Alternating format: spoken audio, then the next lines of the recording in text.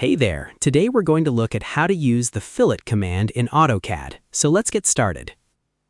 First, go to the command line and type FILLET or type F as the shortcut. Over here, press Enter to activate the FILLET command.